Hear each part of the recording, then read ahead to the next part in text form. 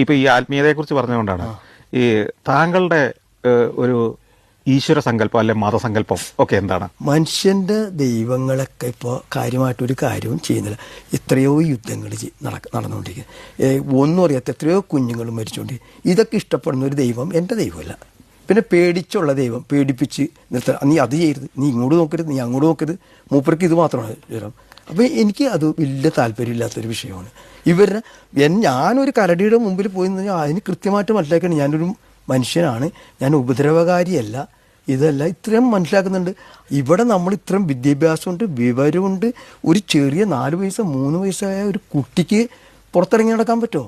നമ്മൾ ഇതൊക്കെ നിയന്ത്രിക്കാൻ ദൈവത്തിന് കഴിയില്ലെങ്കിൽ പിന്നെ എന്തിന് ഞാൻ ആ ദൈവത്തിൻ്റെ പുറകെ പോകണം? കുറച്ച് വർഷം കഴിയുമ്പോൾ ഇതൊക്കെ മാറും. ഏത് കാലത്തും ജീവിക്കുന്നവർ വിശ്വസിക്കുക അവർ ആധുനികരാണെന്നാണ്.